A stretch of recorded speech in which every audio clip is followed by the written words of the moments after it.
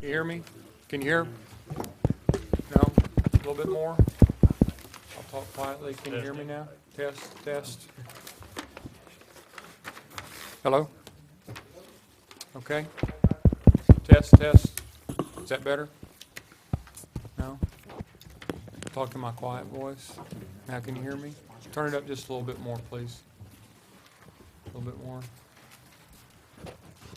I guess if the mic, I'm going to see if the mic's working. I don't need to yell at the same time, huh? Okay. All right.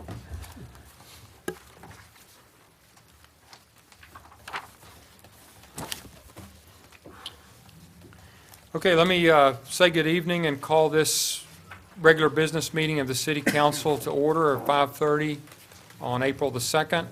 And welcome everyone this evening.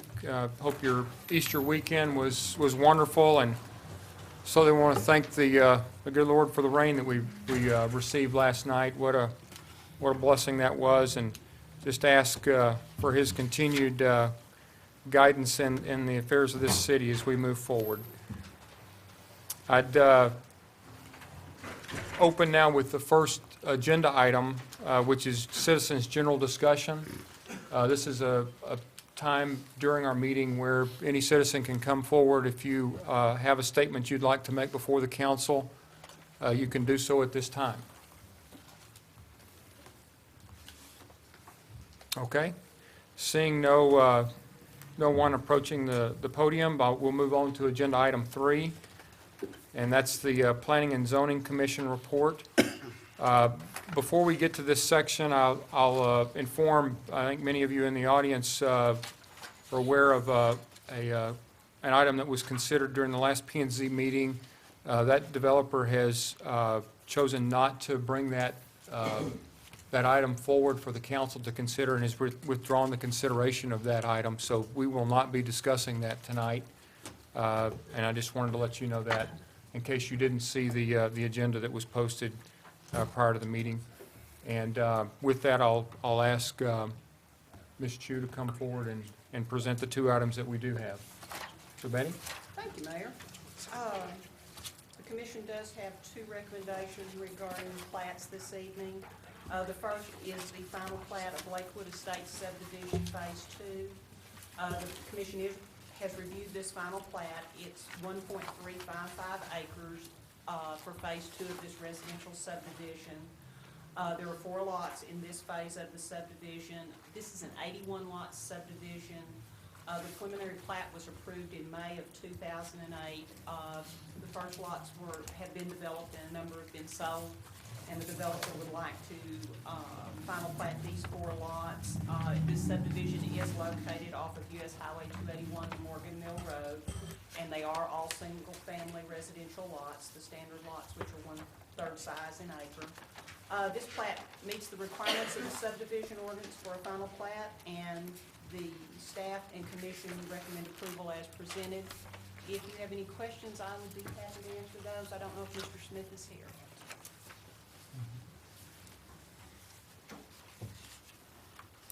Okay. Any questions for Betty?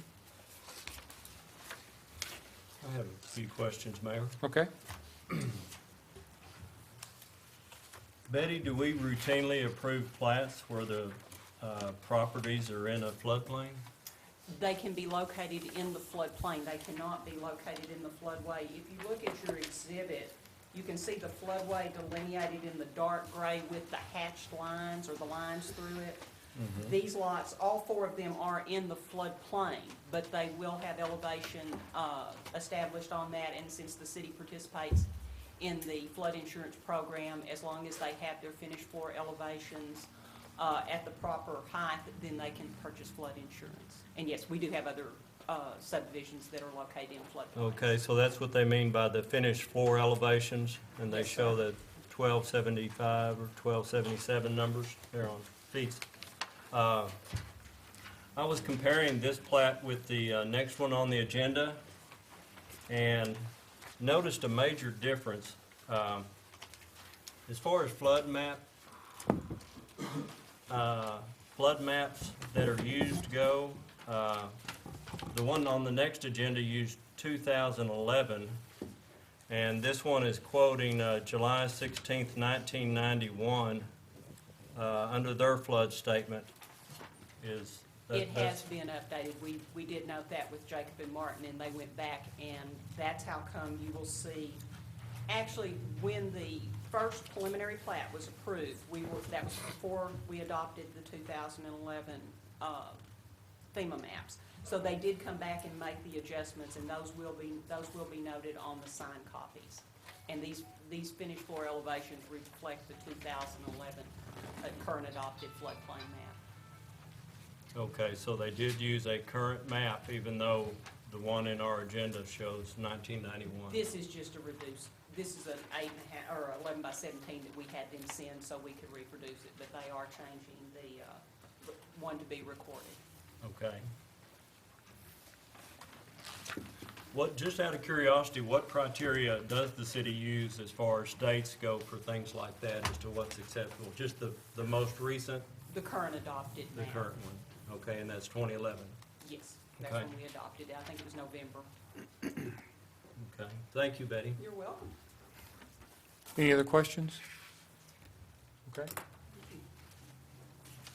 I would move we approve the final plat of the Lakewood subdivision. Second. Okay, it's been moved by Mr. Evans, seconded by Mr. Nix to approve the final plat of Lakewood subdivision Phase 2. Any discussion? All right, all those in favor? All those opposed? Okay, so by unanimous vote, final plat of Lakewood subdivision Phase 2 is approved. The next item, Betty? Yes, this is an 11.16 acre single lot subdivision, which is located on the southwest corner of Wolf Nursery Road and Fry Street. The owners are presenting this final plat for the one lot subdivision. They propose to develop it with a 198 unit student housing complex. Domus Development will be the developer, and Kane Consulting and Environmental Engineering will be the project engineer. This plat does meet the requirements of the subdivision ordinance for a final plat, and the commission and the staff recommend approval as presented. If you have a question, I'd be happy to answer those, and I believe Mr. Jackmeyer and Mr. Kane are both here if you have questions of them. Okay, any questions for Betty? Okay. I would move approval of the final plat. Second. Okay, it's been moved by Mr. Evans, seconded by Mr. McDaniel, to approve the final plat of Lot 1, Block 2, Washington Square Edition. Any discussion? Okay, all those in favor, say aye. Aye. All those opposed? All right, by unanimous vote, approval of final plat, Lot 1, Block 2, Washington Square Edition. Glad you're here. Okay, thank you. Thank you, Betty. All right, before we move on to the Public Health and Safety Committee report, and that concludes the Planning and Zoning Commission portion of our meeting tonight. And so before I move to the Public Health and Safety Committee meeting, Councilmember Savine handed me this via the City Secretary, Cindy Stafford, with a challenge to all the council members here tonight. I guess on April 20th, there's a Bowling for the Big that's taking place. And the goal is to raise a team and $100 for the event. And as council members, we've all been generous in our local nonprofit funding events. And I guess, Doug, you want to speak to the challenge since you've made it? There's 9 of us up here. We ought to be able to raise $90 of the 100 she needs tonight for her team. So I challenge us all to pony up. Okay, so he's laid down the challenge. Doug, where you put my I 10 in? I thought you were gonna put the whole money down. No, I came up with 10. I think got everybody the ought to seed money. participate. There you go. Okay, I'm in. well, we'll settle this later, obviously. All right, next item, Public Health and Safety Committee report. So, Thank you, Mr. Mayor. McDaniel? The Public Health and Safety Committee met on March 19th, and it consists of myself, Doug, Martha, and Joe. We had 3 agenda items. The first item that was discussed was our outdoor warning sirens. The current outdoor warning sirens that we have are technologically outdated and are in need of replacement. They often malfunction, and we have been wanting to improve that situation for quite some time, especially Dr. Cood. He has been on this for about the last 3 or 4 years, and we finally got the opportunity to do that. Fire Chief Jimmy Chu presented us a proposal for purchasing outdoor warning sirens that were previously owned by Comanche Peak, which included radio-controlled activation. That's something we don't have now. Chief Chu also recommended, in addition to the current locations, that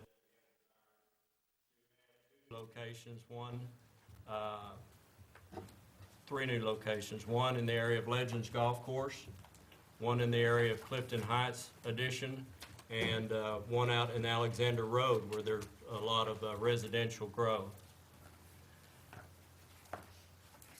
The committee recommends approval of this. This action will extend the area in which the sirens will be heard. It will create a more dependable system, all at a very affordable cost to the city. And Mayor, at this time, I would move to the council, we approve this request. Second. Okay, it's been moved by Mr. McDaniel, seconded by Mr. Cood, to approve purchase of outdoor warning sirens. Is there any discussion on this? I think Dr. Cood needs to be congratulated on this one. He's going out here in a month. At the same time, I've been on council 2 years, and for 2 years, he's hounded us about this issue, so. Try about it. 2000. Well, I've been on for 2 years. I've been listening to you for 2 years on the issue. You're tired of listening to me. That's right. I'm glad we're getting this done for you. Doug, he has encouraged us There you go. He's been hounding to us. upgrade that system. Okay, any other discussion?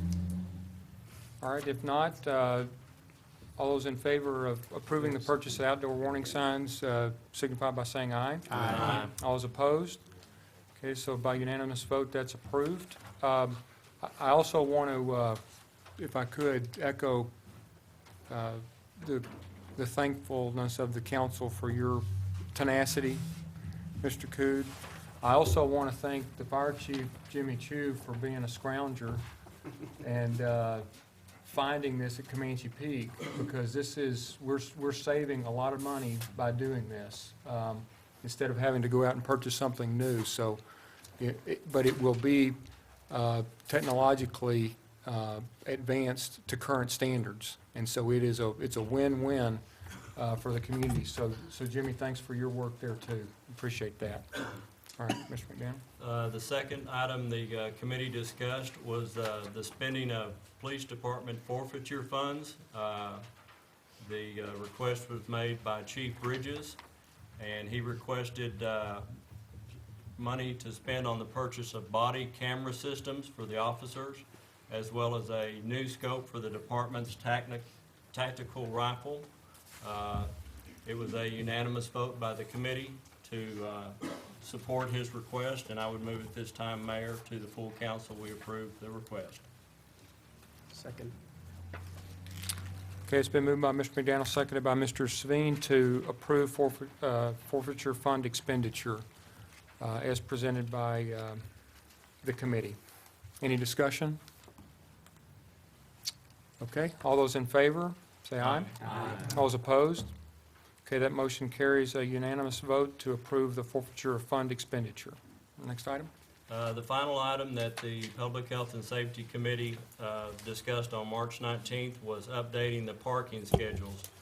Periodically, the Chief of Police reviews the streets regarding allowable parking. He makes recommendations to the committee, and this is done to ensure efficient traffic flow and the safety of the citizens. We went through the recommendations by the chief. If anyone on council would like to ask the chief about any of the changes, he is here and would be available to answer that. I move approval of agenda item C as shown on pages 9 through 13 in our agenda packet. Second. Okay, it's been moved by Mr. McDaniel, seconded by Ms. Taylor to approve adoption of ordinance 2013 One. 01, amending the parking schedule. Any discussion? All right, all those in favor, say aye. Aye. All those opposed? All right, that's a unanimous approval of adoption of ordinance 2013-01, amending the parking schedule. And thank you, Mr. McDaniel. Thank you. That concludes the committee report. All right. Now we'll move on to the next agenda item, which is the Finance Committee report, and Mr. Savine. Thank you, Mayor. On March the 19th, the Finance Committee, made up of myself, Dr. Malcolm Cross, Alan Nix, and Brady Pendleton, met. Actually, the whole council met, and we discussed 3 items. Particularly, the item 1 is the airport fund forecast. It's really more for information purposes. There's no action to be taken tonight, but what it refers to is the amount of investment that we've put into the airport over the last several years, I think over the last 10 years, and a little over 10 years, and the amount of money we've got in capital investments. Also, as a way of it's identifying to us that we will be doing some airport expansion. Part of that will be done, a large part of that will be through a grant from the Texas Department of Transportation's Airport Fund, and that we will be having some matching funds attached to that as well. Mark, is there anything else you want to discuss with that? Not this time. Very Okay. good, Chair. So just for information only, so. Okay, and let me just jump in here real quickly and thank the airport board for their Absolutely. work here. This is a big deal for Stephenville. When you talk about transportation, the highways that we have, the rail that we have, those are ones that we either see or hear every day. But the airport is just as integral to our success as far as the local economy is concerned. And this group has done a fantastic job, and Drew Wells, you as well, participating in that for us to look for the expansion. And this is basically a master plan for our airport to help make it successful. So it's a great work by everybody on a very important aspect of our community. So thank you. Any citizen that hasn't been to the airport needs to go by and look. It's really a nice airport for the size of Stephenville, Texas, and will be greater. We're adding how many feet to the length? We're going to be adding approximately 800 feet. 800 feet. To the length Both, of the. both, going both ends, right? It does look like we're going to have to go do an expansion on both ends of that to be able to fit within the constraints of the 2 highways that we're within. Okay. Thank you. Item B is the park and land dedication fees. A while back, and is Betty still here? I don't see her. Yep, she's back there. Oh, she's back there hiding. Around the corner, not hiding, just around the corner. I'm going to let Betty discuss this item, if you don't mind, kind of give us the background of it, and then I'll discuss a little bit about our conversation at the committee. Okay, the parkland dedication ordinance was adopted, I guess approximately a year ago. And for residential subdivisions, the fee was established.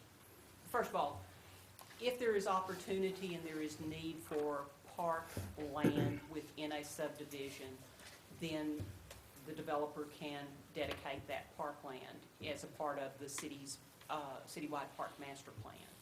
If not, in lieu of that, there is a contribution that will be made for those subdivisions, and the fee was established when the ordinance was amended at $600 per single-family dwelling unit. The recommendation that is coming back is to make an adjustment to the fee schedule to allow for duplexes, townhomes, condominiums, and apartments to be $300 per dwelling unit. And that is the recommendation that is coming forth to the council. And it was our understanding, Mark, if you want to address the issue of why the Finance Committee could bring it to the council versus going through the P&Z. These matters are in the original discussion, and the concept and the ordinance was originally brought forward by the Planning and Zoning Commission from the regulatory aspect of, and/or because it falls within our subdivision regulations. The council sets the fees and establishes those fees. So we're allowed to modify without modifying the actual ordinance itself, which is actually, and it would require a process to go through the Planning and Zoning Commission to you. We're not altering, and at least I have not heard any recommendations to modify the ordinance itself as it exists. What we're doing is establishing the fees based upon the ordinances that were ultimately adopted by us as a whole. So what we're doing is, and the council has the authority to establish that fee because there's not a change in the ordinance structure itself, and that prerogative and/or final decision is at the full council level in establishing the rates and fees for all services in the city. Both the P and Z and Stephenville Beautiful and other organizations have recommended this. It's a great idea to expand green space in the city of Stephenville. So it's a great idea. We did have at least 2 written recommendations. We had 2. And I've probably received, after we passed the original ordinance, about 40 phone calls about the issue. And the biggest issue was about multifamily housing and the amount associated with that. So that's what they're bringing forward. And the motion tonight that I'll make is to adopt ordinance number 2013-02. Is that right, Cindy? And that, which will basically adjust the fee for duplexes, townhomes, condominiums, and apartments from $600 to $300. I'll make such a motion. Second. Okay, it's been moved by Mr. Sveen, seconded by Mr. Nix to adopt ordinance 2013-02, amending the fee schedule 0801, planning services, parkland dedication. Any discussion? Mayor? Yeah, Mr. McDaniel. As I've mentioned in the committee meeting, I'm not on finance, but I did get to speak. It's not too late to drop that to $200. It would be good for the city and good for development to not be so expensive. That's a fee if somebody puts in 100 apartment units. It cost them $30,000. They write a check to the city before they can even turn dirt. And I just support something lower. But I'm glad it's being reduced. 600 was way too high. Thank you, Mayor. All right. Any other discussion? Okay, if not, all those in favor signify by saying aye. Aye. All those opposed? Okay, that motion carries by unanimous vote to adopt ordinance 2013-02, amending the fee schedule 0801, planning services, parkland dedication.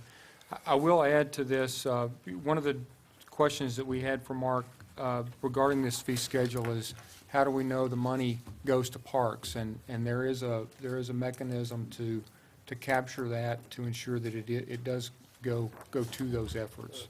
You know, we have many restrictions on many varying fees that we have currently in existence. And so as these are collected, they will be established in restricted funds and accounted for appropriately as and/or as are also received as well as expended. Okay, thank you. Okay, item C, one of the things we have been discussing in the Finance Committee is how to fund all the needs of the city of Stephenville. And that's going to be a challenge over the next few years. As our economy takes off, hopefully that will change some. But one of the options that we've been looking at is what's called a tax increment financing reinvestment zone. That's a fancy way for saying dedicating some of the funds for certain parts of town to improve those parts of town, to improve the value of properties and also spur economic development. We've been discussing it for quite a while, and on, was it Tuesday last week? Or what day was it we went? We went on Wednesday. Wednesday last week. Scott Evans and the mayor, myself, and Mark went to Fort Worth, and they have 10 TIFs there, I believe. Is that correct? Is that what? 14, I think they 14? said 11 that were really active, Active, I think is okay. what they said. And like, for example, the area we went to was, if you go down, is it Rosedale? No, it was, what's that? Yeah, Rosedale. Go Rosedale south over by the area that's now Baylor, All Saints Hospital, that direction, all the way back over to I-35, that whole subdivision in that whole area, which over the years has gotten older, and they've done some pretty massive things with their funding there, have done a lot to increase values of property, more development, more businesses coming in. So we went and looked at that. Well, being the city is that we are as small as we are, we've decided, Mark brought a recommendation to us, what I think is a great idea, as he brought to us a recommendation to contract with a company, and I think it's $700, is that right? $750. $750 to contract with a company that specializes in this. They've written how many, I think several, like 100 and something? Well, and specifically, I don't know the exact number, and I would like to not have to Okay. state what that number is, if you don't mind. But as I told you, we really looked for someone that was very familiar and is considered to be, if not the expert in the state of Texas, one of the experts in the state of Texas at helping to. He's written a bunch of these. Implement these and help us structure it in a successful way. And that's why we've asked them to come and make the presentation. This actually does not hire them to do this, actually to implement the TIF at this time, but to come and make sure that we all feel comfortable and help us in a town hall type setting, get everyone on board and make sure that this is the proper direction before we make the further commitments at this time. Okay, so what we have, the Finance Committee agreed with unanimous vote to approve or bring to full council for approval this contract with Schrader Klein for the purpose of advising the city council and city staff on tax increment financing. So do we need to vote on that, I suppose, to approve the contract? So I make a motion that we approve the contract as presented. I'll second that, Mayor. Okay, it's been moved by Mr. Sveen, seconded by Mr. Pendleton to approve a contract with Schrader and Klein to get information regarding the process and advisability of creating a tax increment financing reinvestment zone. Any discussion? Okay, all those in favor signify by saying aye.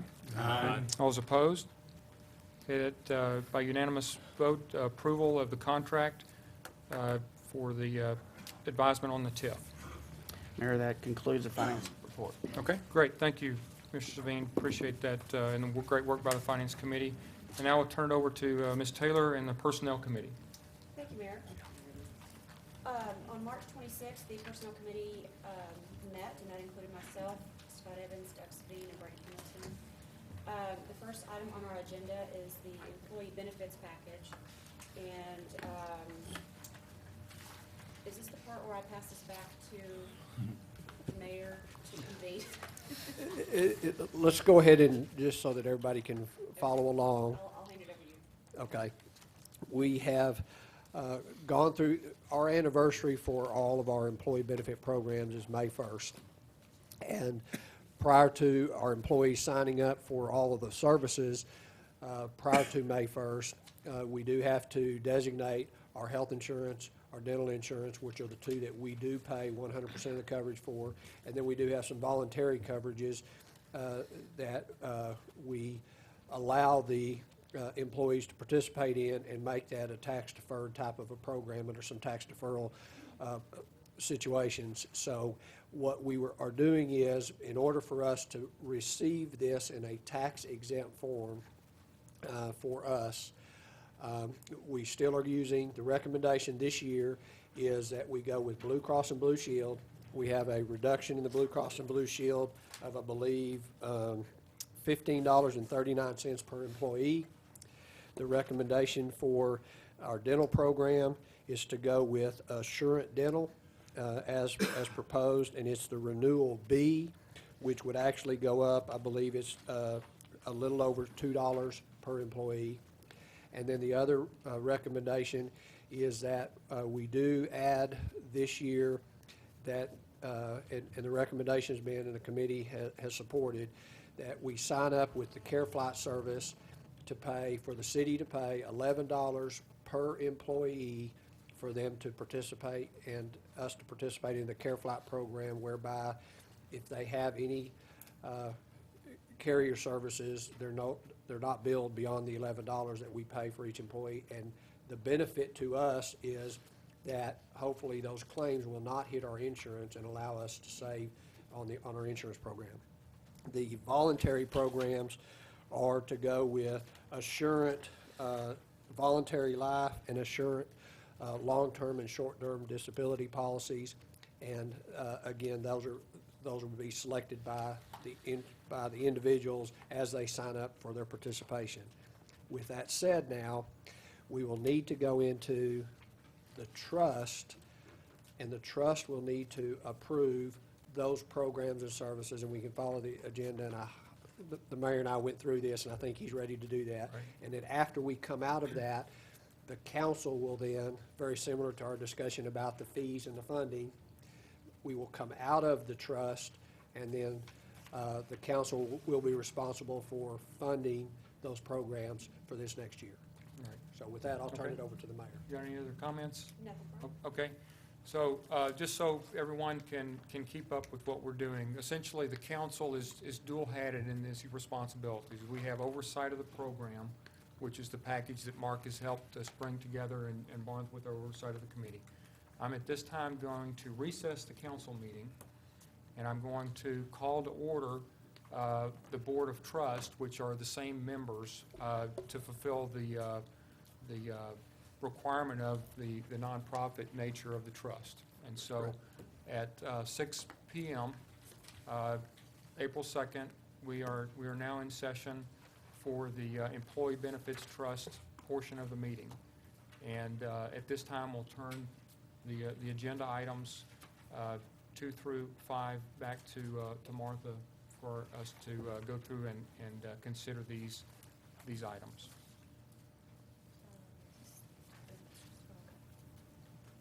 I guess I didn't have this here. Thank you, Mayor. Okay, we're on number 2. Yes. Mayor, Martha, I move that we approve the minutes from the April 3rd meeting, 2012. Thank you, Mr. Nix. I will second. Second. Okay, motion's been made by Mr. Nix, seconded by Mr. Cood to approve the minutes of the April 3rd Employee Benefit Trust meeting. Any discussion? Okay, all those in favor signify by saying aye. Aye. All those opposed? Okay, so those minutes are approved. Next item? Thank you, Mayor. I would move that we consider, we award the contract for the health insurance program as recommended by the committee. Second. Okay, motion by Ms. Taylor, seconded by Mr. Evans to approve the action awarding a contract for employee health insurance. Any discussion? All those in favor, say aye. Aye. Those opposed? Okay, that motion carries by unanimous vote to award, the action to award contract for employee health insurance. Next item? Thank you, Mayor. I would also move that we award the contract for our employee dental insurance to Assurant, which includes the Renewal B selection. Second. It's been moved by Ms. Taylor, seconded by Mr. McDaniel to approve award of the contract for employee dental insurance to include option B. Any discussion? All right, all those in favor, say aye. Aye. Opposed? Okay, that motion carries unanimous to, for the action awarding contract to employee dental insurance, item B. Next item? Finally, Mayor, I would move that we award the contract for the employee voluntary life and long-term disability program, which does include the Care Flight program. Second. Okay, it's been moved by Ms. Taylor, seconded by Mr. Evans to recommend awarding a contract for employee voluntary life and long-term disability to include Care Flight. Any discussion? Mr. Just want to Singh. make sure one thing. In the care flight we discussed in committee, this does include employee and family. Is that correct? The policy with CareFlight, first of all, it's not voluntary, so let me make sure Yeah, we have that to pay. we are agreeing to pay their $11. $11 per employee per year. But yes, it does cover, their program is all of their dependents within their household. wanna make sure that So everybody yes, knows it that. is everybody within their household by the contract. Okay, other questions, comments? All right, all those in favor, say aye. Aye. Those opposed? Okay, that motion carries unanimous vote to recommend action and award a contract for employee voluntary life and long-term disability with the Care Flight at $11 per employee. Mr. Mayor, I move that we adjourn the Employee Benefit Trust. Okay? Second. It's been moved by Mr. Coot, seconded by Mr. Nix to adjourn the employee trust. So that meeting is adjourned, and we will now reconvene the city council meeting at 6:03. Mr. Mayor, I'd make a motion that we fund the employee health insurance program. Second. Okay, it's been moved by Mr. Evans, seconded by Ms. Taylor to approve the employee benefit package as presented by the Employee Benefits Trust. Any discussion? Okay, all those in favor? Aye. All those opposed? Okay, so that motion carries with unanimous vote to approve the employee benefit package. Okay, Ms. Taylor? Okay, thank you, Mayor. Now that included So we're on, medical and dental. Okay. Moving right along. Agenda item B. This is more of an informative type item. I don't believe we need any action on this tonight, but the committee has requested that Mark begin looking for consultants to help us get our pay plan lined out. I'm not speaking into my There you go. microphone, thank you. And the idea is to help someone come in and consult us on getting our pay plan structure lined out to where it's compatible with our city and it works out great for our employees too. So really the only update there is that we've had one bid from Waters Consulting Group and he's going to continue to look for more bids, and that's pretty much it on that item. Is that correct? That's correct. Okay. The third item on the agenda is the economic development position. Just a little bit of history on this. Back in October of 2012, the council approved a economic development position. And this also included $100,000 that we took from the budget and added to this particular position to fund it. At that point, the council then instructed Mr. Kaiser to begin taking applications, to post it, and then to start the interviewing process and work through the hiring process. There was no deadline. We didn't give him a date, or there was really no deadline for him. But since November, the hiring process has brought new information to the table. And along the way, Mr. Kaiser and several other folks that are involved in this process have learned that several things actually, that the $100,000 that we did set aside to fund this position would not be enough, and that we do not have the tax structure in our city to assist us in funding this position. And a lot of other folks that he talked to has also said that this has not been a profitable position for them in other cities. Having said that, the committee has recommended that we eliminate this economic development coordinator position for several reasons, mainly to explore other avenues of economic development that would be more compatible with our budget and with our tax structure and our comprehensive plan. And with that, I would make the motion that we eliminate the economic development coordinator position. Second. okay, it's been moved by Ms. Taylor, seconded by Mr. Nix to propose eliminating the economic development coordinator position. Any discussion? Mayor, Mr. McDaniel? I'd like to speak. As Martha said, back in our budget deliberations, Mayor Weldon came up with the idea to drive our economic development, to hire an economic development coordinator.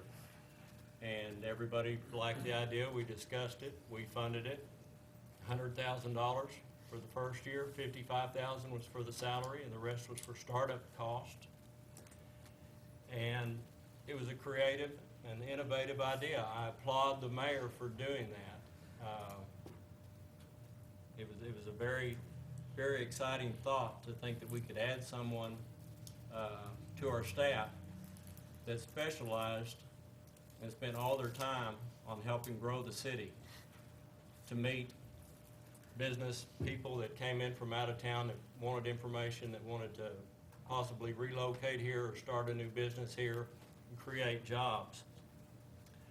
The position was advertised, and we had a total of 60 applicants. 60 total applicants. But this was an idea that was challenging the status quo. That's something that I learned from my best friend, Alan Nash. It's okay to challenge the status quo as long as you're striving to do better to grow and to achieve more. But over the months since August, when this was first approved by the council,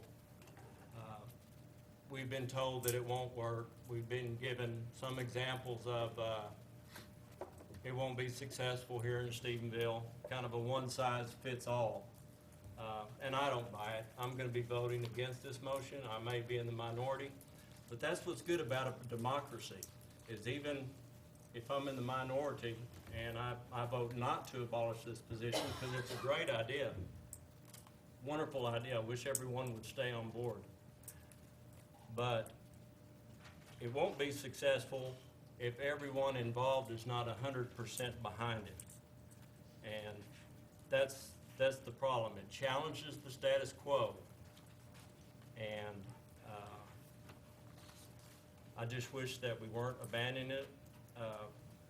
We have information that the salary is in the right price range. Why would 60 different people apply for the position to be a salesperson, a motivator, an energetic person that helped us grow the town? Right now, the people we have doing that have many other duties, and they're busy. And our folks from out of town might come on a day where there just wasn't enough time to talk to them, or maybe someone was having a bad day. But I appreciate the opportunity to share my thoughts on this, and I appreciate and applaud you, Mayor, for coming up with the idea. I hope that even if this position is eliminated, if this vote does carry, that we will continue to strive with creative and innovative ideas to grow our town and expand our tax base. Thank you. Any other discussion? Mr. Sveen? I mentioned earlier the challenges we're going to have in funding the needs of the city of Stephenville in the near future and distant future. You know, our sales tax is improving, our property values haven't plummeted like they have in places like you probably heard of Stockton, California, filing bankruptcy, $1 billion in debt. We don't have those kinds of problems, but there are all kinds of infrastructure issues that we haven't addressed for years. The staff have brought us, if we were to fund everything that we know about today, how many millions of dollars of infrastructure needs do we have that we don't have money to pay for? You know, we've talked about sewer systems, water systems, street improvements. We should be spending, what was it, $1 million a year on street just to keep up with the streets we have today. We had a discussion last week, or week before last, last week, about the miles of sewer and water lines we have that we're having difficulty paying to maintain. The only way that we're going to, in my opinion, without raising taxes, is to spur development in Stephenville, Texas. Now, what does that mean? I'm not sure. I know I'm not an expert at that. I think probably some of the disenchantment by some of the council members have been because we don't have a plan for it. So we haven't set up a plan, so here's what we want to do, and so therefore here's step one is to hire somebody to go do that. Sometimes what you do is you hire somebody to come in and say, okay, you've been doing it this way all these years. Have you thought about it? Have you tried? Have you done whatever? So I also was in favor of the position and still am. There are other ways to skin a cat, whether this position is a position or whether there's been discussions about hiring a consultant, joining with some other forces in the area. There's all kinds of opportunities, so it may not be necessarily this position. The biggest issue that I keep hearing about, though, is the cost, not how much, we have discussed how much expense it is, but more than that is, are we going to get a good qualified person? Well, we had a meeting last week with the Economic Development Coordinator for the City of Fort Worth, and I just happened to go to the open records and found out that her wages are well within what we were offering. So she's helping develop, she runs how many TIFs? 11? 14, but 11 current operating TIFs. And there's no telling, we talked about the development. They have generated, $91 million in that one TIF in the last 14 years or whatever for infrastructure improvements for just 1,400 acres in the city of Fort Worth. And that's not counting the money that they've raised from things like matching funds for grants, COG improvements, et cetera. All those other, as well as going to the state of Texas and asking for state funds for things. So I think that the idea of having a person who focuses on our opportunities is what we need to do, whether, like I said, whether it's consultant, employee, I'm not gonna be heartbroken over the position necessarily, but the concept is we have to change how we do stuff. We've got to do more, or we won't have the money to do what we have to do, and then taxes raising is the next option. And I oppose that, because there's other ways to skin a cat. Thank you, Mayor. All right. Any other discussion? Okay, well, I'm going to take the floor for a moment and just ask everyone's patience, because I appreciate what Mr. McDaniel said about it being my idea, but that does not matter. What matters is Stephenville, Texas, and what we are doing as a council to help this city and to keep Stephenville, Stephenville. This council and the city staff is charged with basically three functions. Two of them you could call primary, and a third is kind of a tertiary item. That's to ensure public safety. The second is to ensure there's adequate infrastructure, and the third is to provide quality of life. Last year's budget was $26 million. We entered the budget discussion, and the first proposal that was on the table was to simply raise taxes. When I heard that, I asked myself, there's got to be another way. Our current personnel costs are between $8 and $9 million per year. If you just keep up with the rate of inflation or cost price index CPI adjustments, we're approaching $500,000 of increase per year, every year, forever. How do you keep pace with that? Mr. Savine talked about infrastructure. We're going to talk about that later tonight. We are spending, depending on the year, 1/10 to a quarter on our streets what we ought to spend to keep up with its deterioration. And I think y'all know that as you drive around town. So why is economic development important?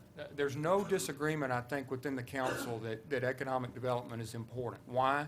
Because you only have three options to deal with the financial burden that's placed on our budget.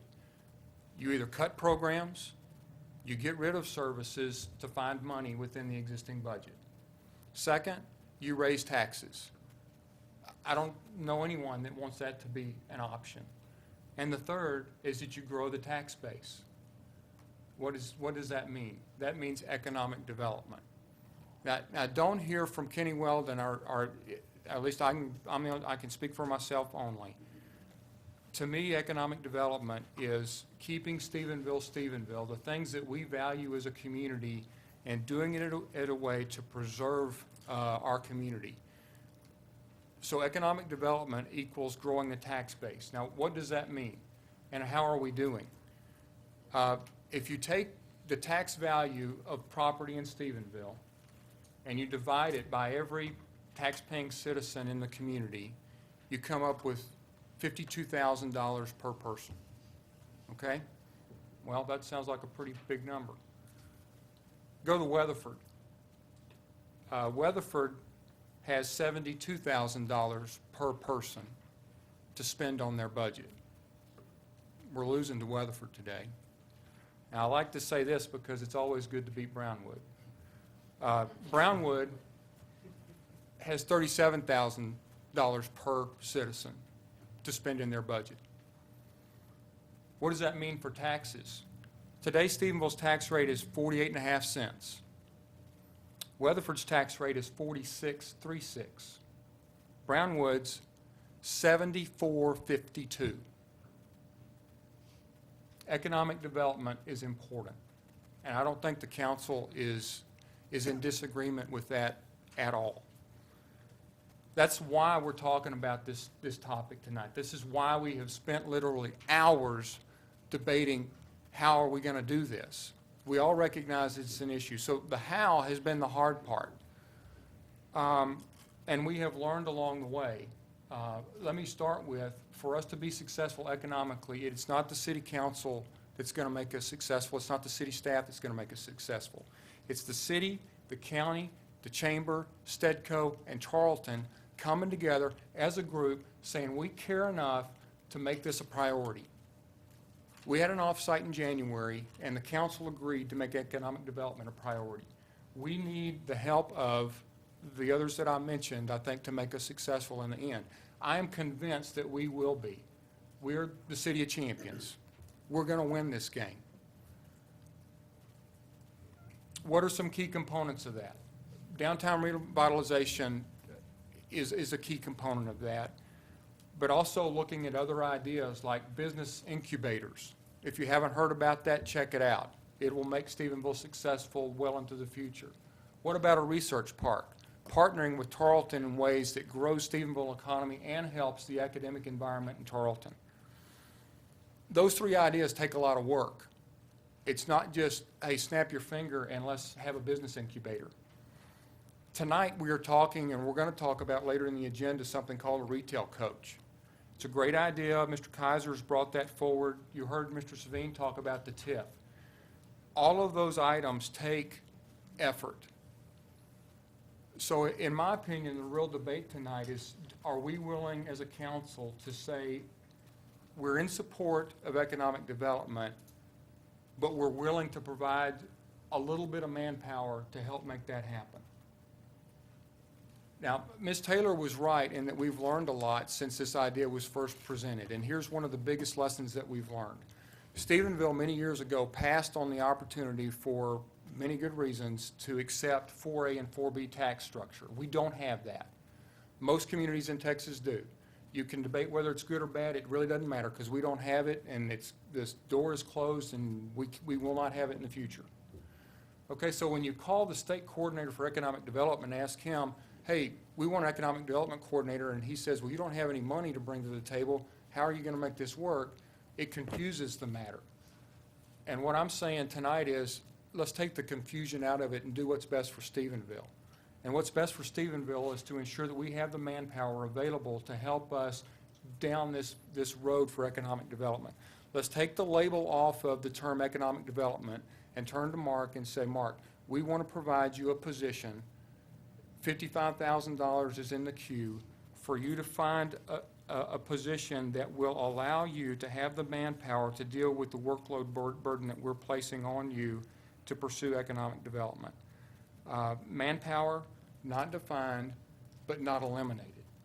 I would ask the council, if we are truly committed to economic development, let's don't eliminate the position. Let's allow it to be defined in a manner that sets us up for success. And I would like to ask, I guess the man that we're asking to try to execute this strategy, whether or not all these good ideas that we're tossing around the table are things that he's got enough time on his plate to do, or if there's a need for manpower to make this happen. So, Mark? And let me just repeat the question to make sure I'm just following, and that is, do we have the manpower to implement some of the strategies that we've discussed over the last 6 months? Is that a fair Right. repeat in the Right. question? As I explained to y'all last week when I was referring to and leading up to the retail coach discussion, we have been working on economic development through the course with the existing staff that we have. Now, the question is, and let me just, I'm going to kind of maybe put it back to, I've not developed a strategy yet, though I'm discussing some with you, and I even mentioned to you earlier today that the additional personnel and assistance restructured has not been one directly that I've been posed with, but I feel that with what you're saying, obviously we will use that time and effort to maximize and work towards the goals that we've accomplished. and we've discussed this very thing this morning, about maybe the label being a little bit of I'm going to call it the stumbling block here over some of the issues. What I have understood, and let me make sure that I'm clear, I'm going to kind of follow a question with a question right now, and that is the elimination of the position has not removed the financial dollars, which has been part of the question that we've had up to this point too as well. Am I correct in understanding that? Now, and I'm saying that because I told you Well, that Mark, I let am me, working let me on. simplify the Can question. I use extra people? We can always use extra people. Okay. And I have a number of folks in all areas to use extra people, yes. Okay, all right, it was just a simple question, because I've got to be honest with the council. I mean, when this idea came up last fall, it was important to me to recognize that you don't just throw a problem on someone without providing the financial resources to execute the problem. And I think it's unfair for us to just toss these ideas at Mark and say, hey, go make it happen, and not be willing to look at and I know $55,000 is a lot of money, don't get me wrong, but we're talking about in the context of a $26 million budget and approaching $1 billion tax base in this city, a city that's approaching 20,000 people. And so for us to say, hey, Mark, we're going to give you the opportunity with an employee of $55,000 to try to help us grow a program, and let's take the label off, and let's don't tonight maybe get focused on we're going to keep or get rid of a non-starter economic development coordinator, and maybe agree to keep the emphasis by committing to a position on the city staff to help facilitate business development for the city of Stephenville. So, I guess and I thank you for your answer there, Mark. Okay, any other discussion? Mayor? Yes. With all that being said,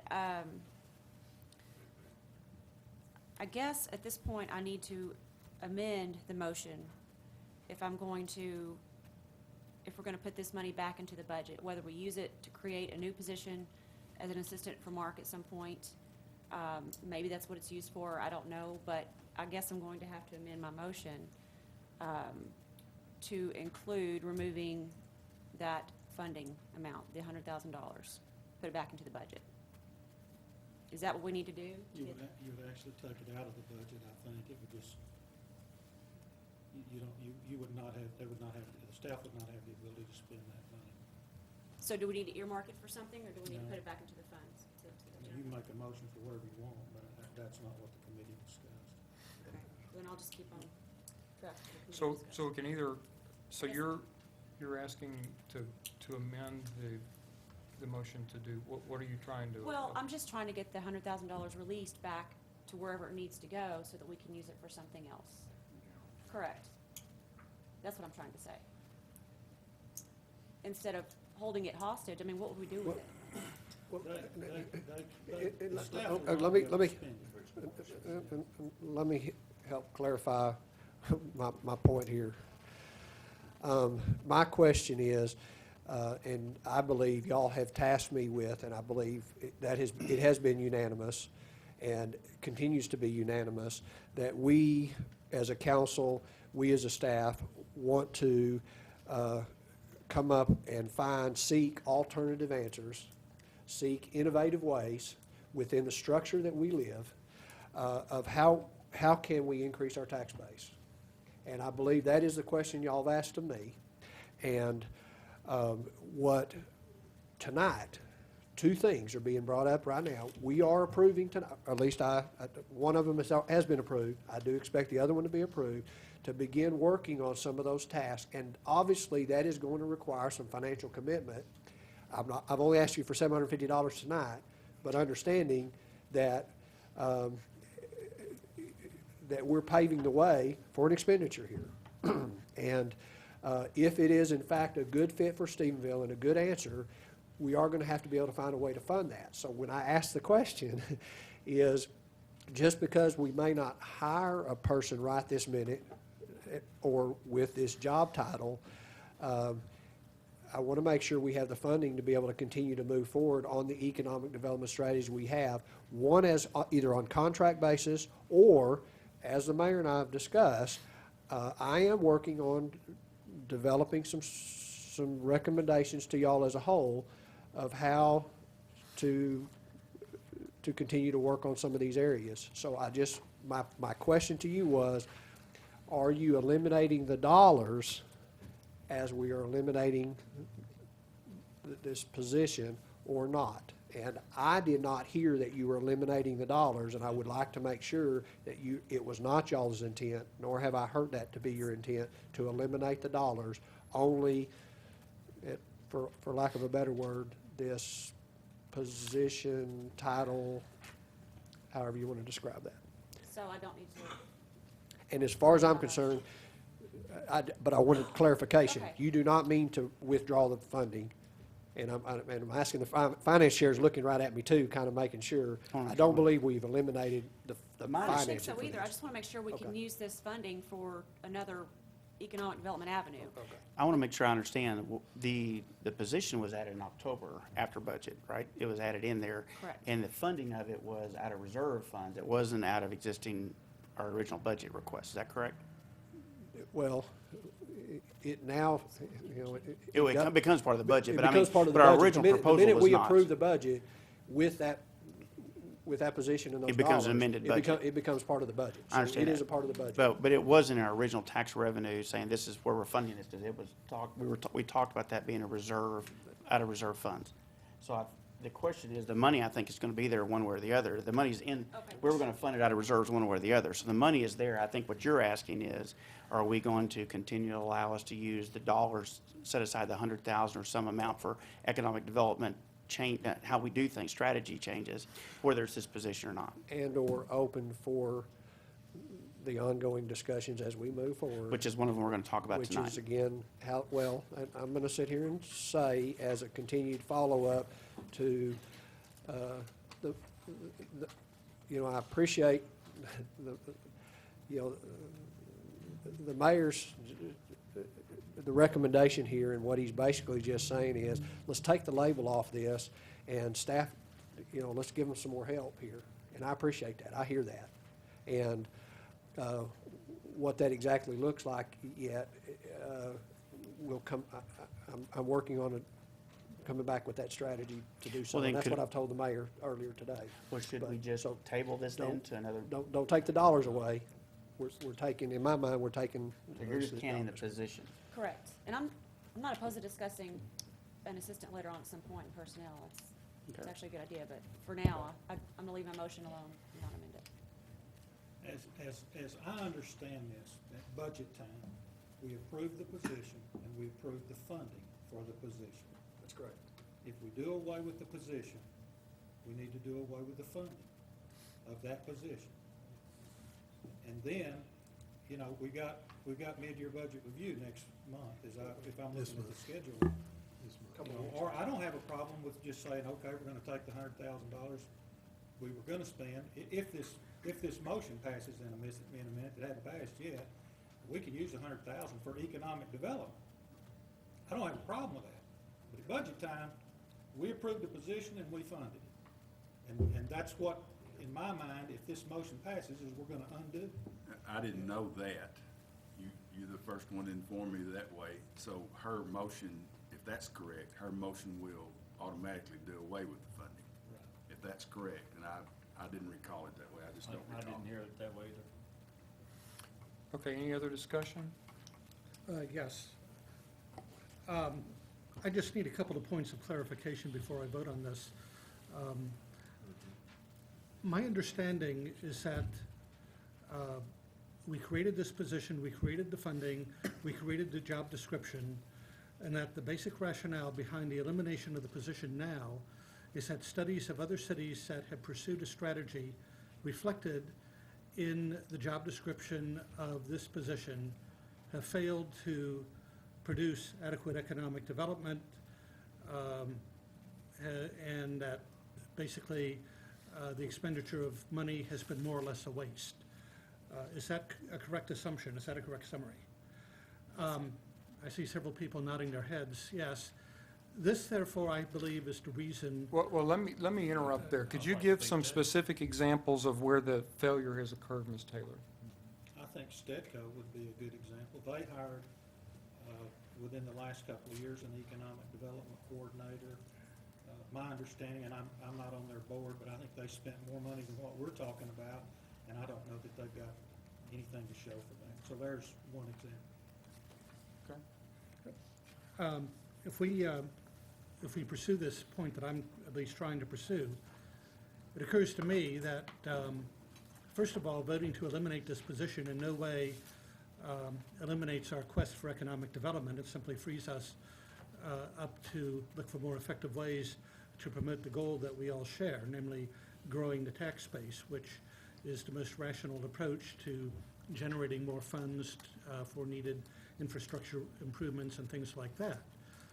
If, on the other hand, we were to create this position, then based on the record of other places that have tried a similar strategy, what we could be doing is filling this position with someone who would stand a very high probability of being unfairly condemned for failure to produce adequate economic development, while creating for ourselves a very high probability that the voters would fairly, not unfairly, but fairly condemn us for squandering their money.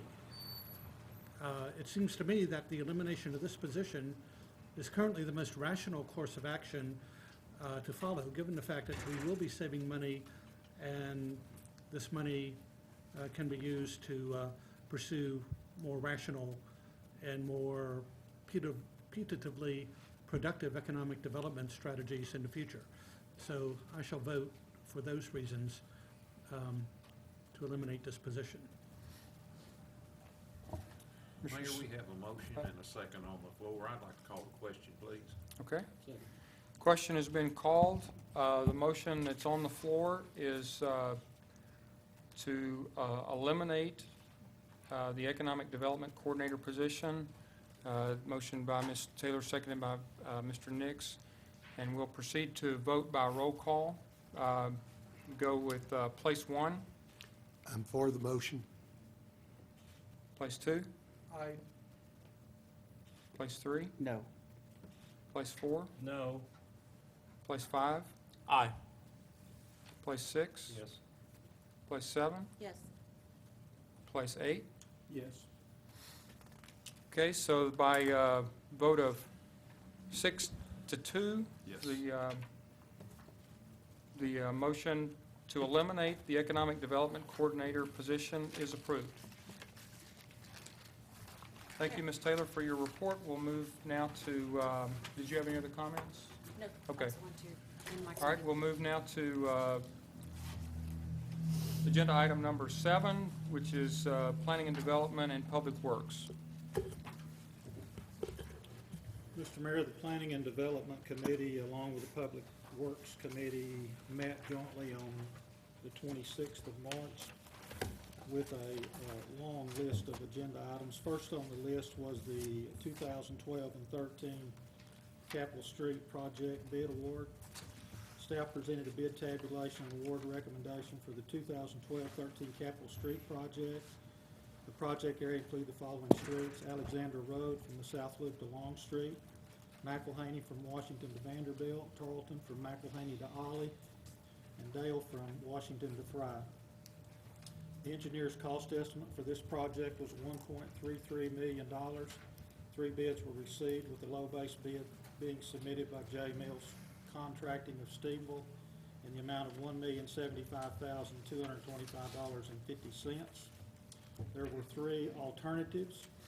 Number 1 was the Alexander Road paving. The base bid of $571,989.50 called for a 3-inch hot mix pavement section. The alternate substitutes the hot mix section for a 6-inch concrete section and was bid at $586,429.50. The difference to construct with concrete instead of hot mix is $14,440. Alternate number 2 was McElhaney intersection installation of decorative paver intersection at McElhaney and Tarleton in the amount of $19,405, and this would be funded by Tarleton State. Alternate number 3 was the McElhaney bus turnout, the installation of a bus turnout adjacent to McElhaney for $25,767.50. This also would be funded by Tarleton. Tarleton officials have agreed to fund alternate number 2, but declined alternate number 3. The committee votes unanimously to recommend to the City Council to award the contract to J. Mills Contracting with alternates 1 and 2 for a total project of $1,109,070.95 and would be reimbursed $25,767.50 from Tarleton. I'm sorry, $19,405 from Tarleton for the McElhaney intersection. That is my motion. Second. Motion has been made by Mr. Evans, seconded by Mr. Nix, to approve the 2012-2013 Capitol Street Project bid award. Any discussion? Mr. Sveen. I just want to commend Scott on having a marathon meeting the other night, Scott, I just had to say that. I'd like to Since point my out- committee, I only took about 10, I'd like 30 to minutes. point out to Mr. Savine that this was a joint committee meeting, and I'd like to share the credit with Mr. Nick. Any other discussion? All those in favor, say aye. Aye. Those opposed? Motion carries. 2012-2013 Capitol Street Project awarded as presented by the committee. Item B is Forest Lane. Staff presented a contract for professional service from Trickle Rollins and Associates for paving and drainage improvements project for Forest Lane from the northwest loop to Thornhill. The contract amount is $105,000 and represents 7.25% of the estimated project construction cost. The contract also includes an additional $15,000 for surveying services. The engineer's opinion of probable cost to construct 6-inch reinforced concrete with the associated improvements for drainage is $1,458,640. After considerable discussion, the committee voted to forward a favorable recommendation to council to approve the contract with Strickle Rollins. And, Mr. Mayor, that would be my motion to entering the contract with Strickle Rollins for the engineering. Second. Okay, it's been moved by Mr. Evans, seconded by Ms. Taylor to consider approval of contract for professional services for paving and drainage improvements to Forest Lane. Any discussion? All those in favor? Aye. Those opposed? Motion carries unanimous vote to approve contract for professional services for paving and draining improvements to Forest Lane. Item C is the Tab Road. Staff presented a contract for professional services from Strickle Rollins and Associates for paving and drainage improvement project for Tab Road, Hillcrest to Lingerville Highway. The contract terms are identical to the terms of the Forest Lane contract except for the contract amounts. The contract amount to design Tab Road is $76,500 and represents 7.5% of the estimated project construction costs. The contract also includes an additional $13,500 for surveying. The engineer's opinion of probable cost to construct a 6-inch reinforced concrete drive with the associated improvements for drainage is $1,020,450. There was considerable discussion concerning a change in the scope and limits of the project. The change in project limits removed a section from Tab to Dale to Hillcrest and added a section of Dale Street from Tab to Briarwood. The new project area involves more drainage improvements that would necessitate a revised contract from Strickle Rollins for their design. The committee voted to table this item pending a revised cost estimate of the project and updated contract from Strickle Rollins. This change, for those in the audience that were interested in that, the P&D development that was removed from our agenda, the scope of this project has changed some because of that change. Basically, we're going to take part of that road and turn it up Dale Street rather than extending Tab onto the Lingerville Highway. So we will wait to hear from Strickle and Rollins about the updated proposal? No, there's no action. There is no action, but Chair, they all looked at me because you said extending it to Lingville Highway. What we are now, I'm sorry. the scope of the project would go from Lingville Highway to Dale Street and then turn up Dale Street towards Briarwood or something like that. That's- And would not extend up Tab Street to Hillcrest, which was potentially in conjunction with another project that was being discussed, but that's no longer on the table. So we're changing our scope of our project. That's correct. That's what I meant to say. I knew that was, but they all looked at me. It was that late night. Are we ready for item D? Are you ready? Yes, sir. I'm Did you ready. make the motion? I'm There is ready. no motion. No on that. motion on C. Okay. All of that is to say, we're not doing anything on that. Item D, the slurry seal maintenance project. Staff presented the project area for this year's slurry seal maintenance. The project area is Dale Street from West Fry to the Northwest Loop. The estimated cost for this year's project is $47,500 and will be funded through the street department operating budget. The company performing the work is Viking Construction from Georgetown, Texas. Viking was awarded a slurry seal contract for $3.04 per square yard based on a competitive bid process from the city of Euless. The city of Stephenville entered into an interlocal agreement with the city of Euless to meet the bidding requirements of procuring this service and to contract with Viking at the same cost. The committee recommends that the city council approve the project area and authorize the expenditure of $47,500 from the street operating budget. And Mr. Mayor, that would be my motion. Second. Okay, it's been moved by Mr. Evans, seconded by Mr. McDaniel to approve the 2013 slurry seal maintenance project. Any discussion?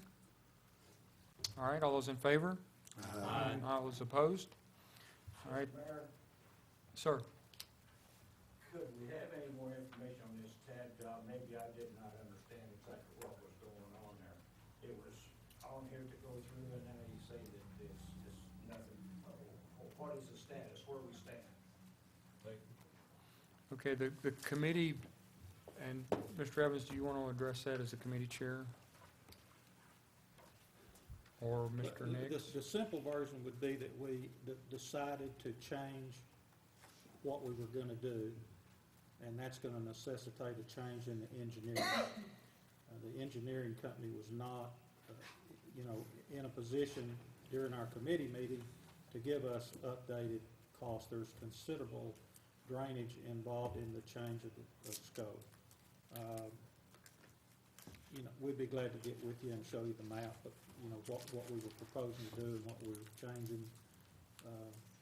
But that in a nutshell is what's happened. The project is changing a little bit. Well, I think most of us are a good deal of this is in here, is here for this particular movement period as to why we're even considering tab and this and everything else with our other streets around here that's, you're putting money into and taking money away from them and putting it into tab street is what I understand, or at least you're considering putting it into tab street. When you got other streets around here that's going awful bad right now, if we need to put the money in, why are we considering tab street going in, period? Mark, I'll let you get involved. Well, I tell you what, this motion was presented, well, it wasn't a motion, it was actually an update from the committee, because in the committee, they chose to table it pending additional cost information from the engineer that's consulting on this. And so I apologize for not having more detail tonight, but we don't have it. And so for that reason, there's not going to be any action on this item tonight. But there will be a full explanation of the scope and the cost associated with that at a future meeting. So we're just not prepared to talk about it in more detail tonight. You can go to the city's website and see our agendas are on there. And, well, there'll be somebody in that neighborhood out there on the internet, I'm pretty sure. But you can see when that's gonna come back to committee.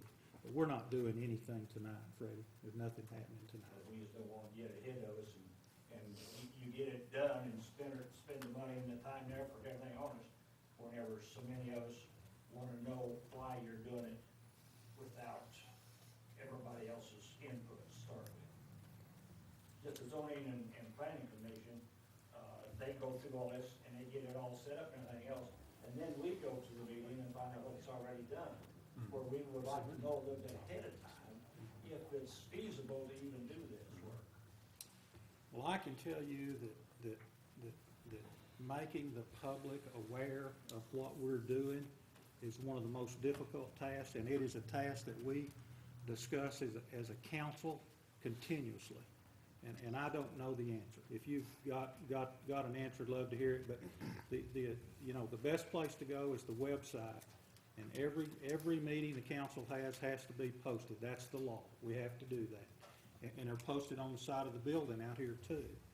But you'll see where the Planning and Development Committee, which is not the Planning and Zoning Commission, two different things, but that committee will meet to discuss this before it'll ever come to the council. And then, of course, the council would have to approve anything that the committee suggests. Are we able to attend those meetings? Absolutely. Yes, You can those meetings attend are any open to the meeting. public, they're posted and available, so, Anybody can come. Yeah. right. Okay, Let's see, did we vote on slurry? Yes. yes, so we're, item E. Oh, we didn't, okay, we got a motion on the table for the slurry seal maintenance project, and any discussion? All right, all those in favor, say aye. Aye. Those opposed?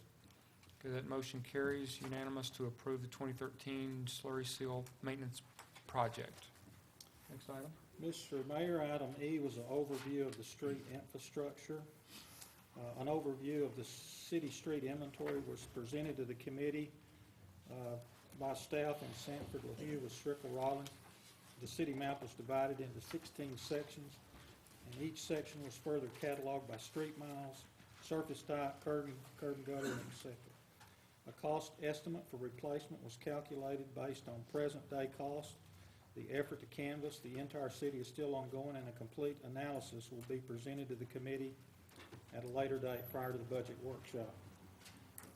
Let me see if I can simplify this for those in the crowd. Really what we're trying to do is take an inventory of every street in the town and come up with a value on it, and we use that for budgeting process, okay? So to say if we've got, for example, $50 million worth of streets and they're gonna last 25 years, we need to be spending, $2 million a year on streets. It's a budgeting number. You're gonna hear in a minute, we're trying to do it with all of our infrastructure. What we're gonna find out is we haven't been spending enough money on those things, and so at budget time, we'll try to make those adjustments as we can. But anyway, there's no action for that item. Okay. And I will turn the rest of this over to Mr. Nix. Thank you, Scott. The next item on our agenda at the meeting that Mr. Sabine enjoyed so much I did, I loved it. was an overview of our sanitary sewer and water utility infrastructure. And as Mr. Evans said, this is basically an attempt on our part and on staff's part to do an inventory of all the infrastructure, that being the water distribution, the water production, the water treatment, as well as the sanitary sewer collection and treatment plant, to give us an idea of what we have, what it's worth, what we need to be doing each year to maintain, improve, and expand those capabilities.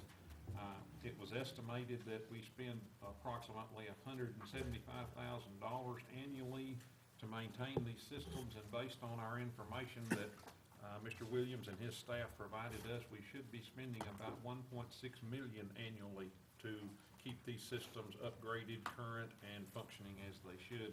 There's no action on this item. It was just an informational item that we need to consider and we'll look at again at budget time.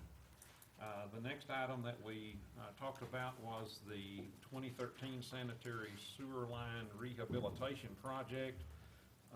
I'll back up just a moment perhaps. We contracted with the company several years ago to begin systematically doing an evaluation of our sanitary sewer collection system. The city was divided into 10 basins. Each one of those basins based on the need, is being evaluated annually, and then after the company does their evaluation, they provide the city with information about that specific basin, about what they recommend that it needs to have done to it to improve the quality of that section. One of the problems that we were having, and Mr. Davis is here, that takes care of our wastewater treatment plant for us.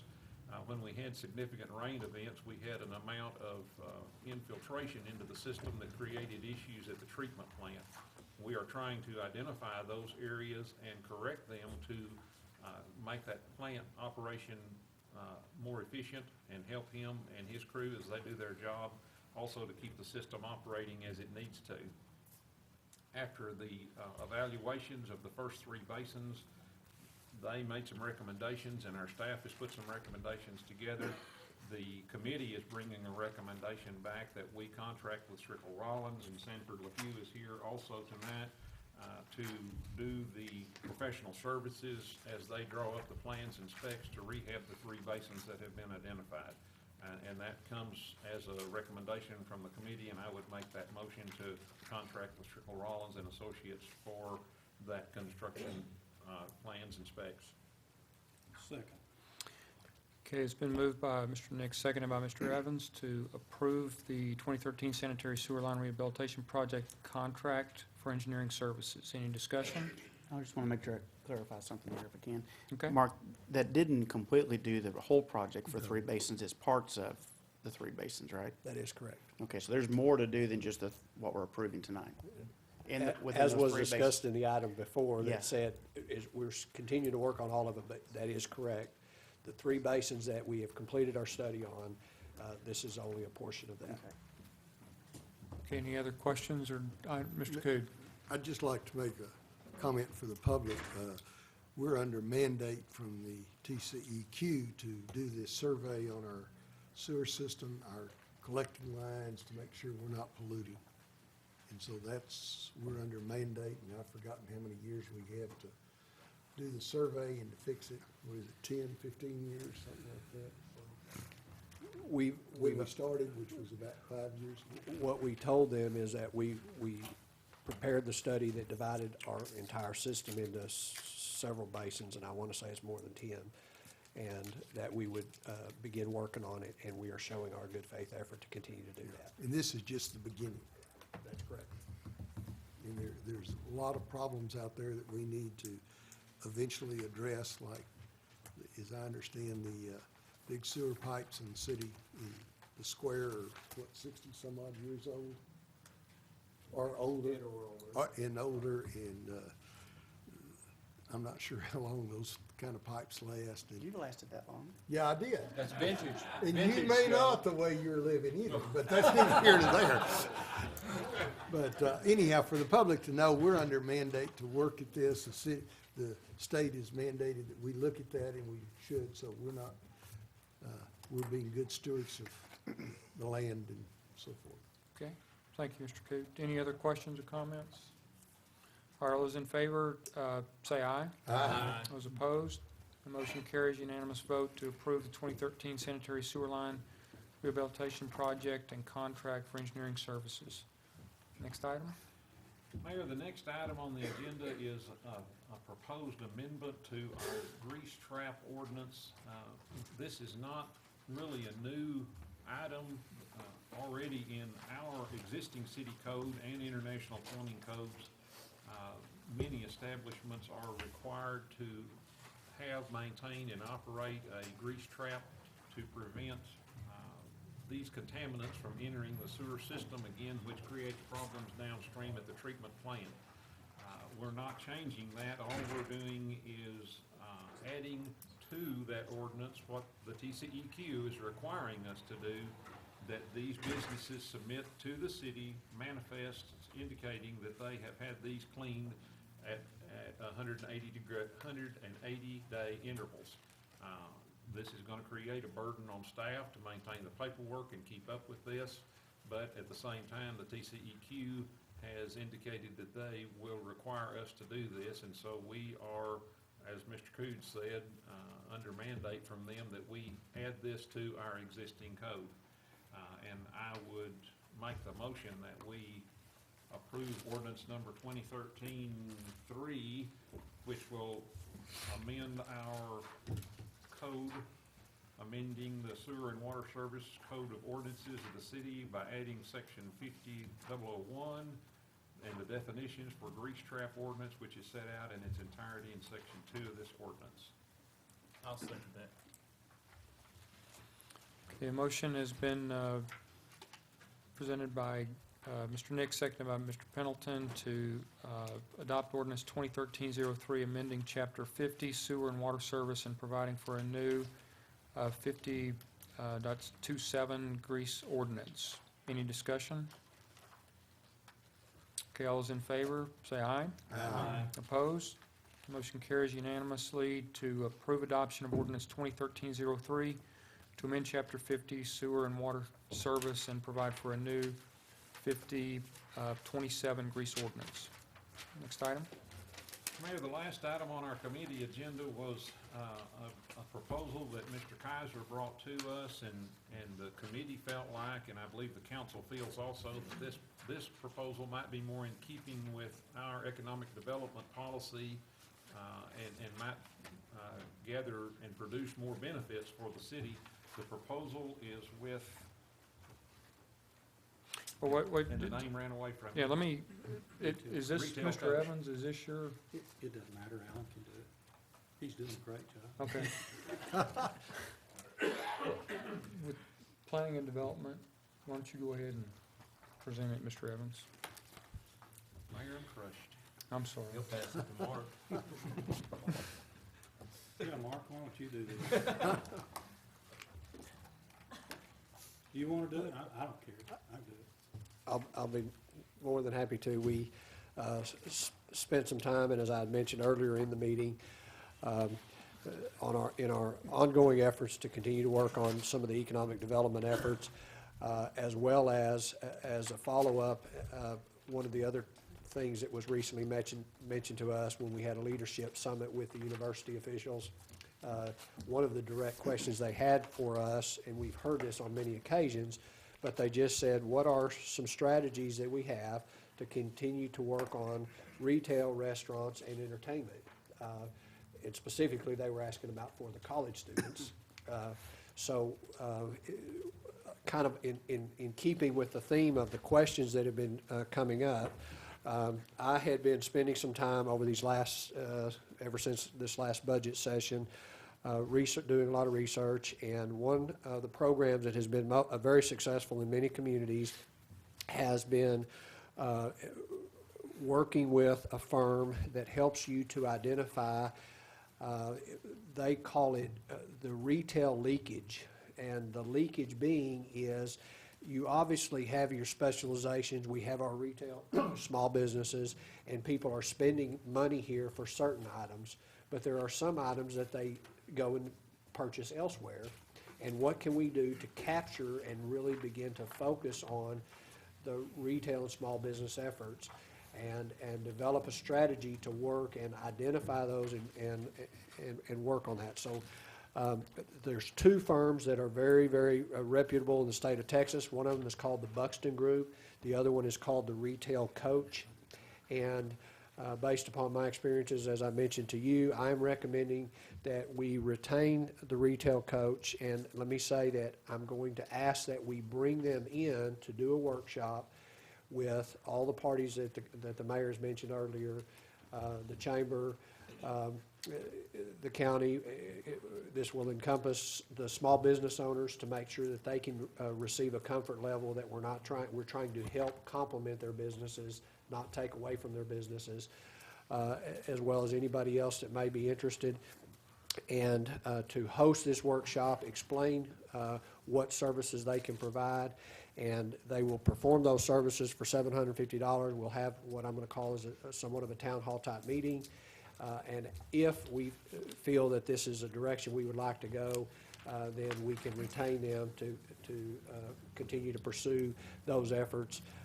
So with that said, let me just state that I'm recommending that we retain the Retail Coach to host this workshop of community leaders to address the retail community recruitment and development issues for our community for the tune of $750. I'll be glad to answer any other questions, and hopefully I've explained that. Mayor, could I make the motion authorizing that contract? Yes, you may. I think I ought to. So moved. I'll second his motion. Okay, it's been moved by With- Mr. Nix, seconded by Mr. McDaniel to approve a contract with Retail Coach for presentation. Any discussion? I just have one clarification. The motion was to approve the contract, that I seconded it, but we still get the workshop in advance of them beginning. It is the workshop for $750. We are not committing to the contract at this time, and that is correct. So the motion was to approve the workshop. Yes. The contract that authorizes the workshop for Okay. $750. Thank you. Okay, any discussion? Okay, all those in favor? Say aye. All those opposed? All right, that motion carries unanimous to approve the contract with Retail Coach to organize a workshop for discussion on that topic. And that concludes the committee presentation. Mr. Nix, you got anything else? You concluded me long ago. Not at this time? Okay. All right, the next item on the agenda is to consider filling a vacancy for the Senior Citizens Advisory Board.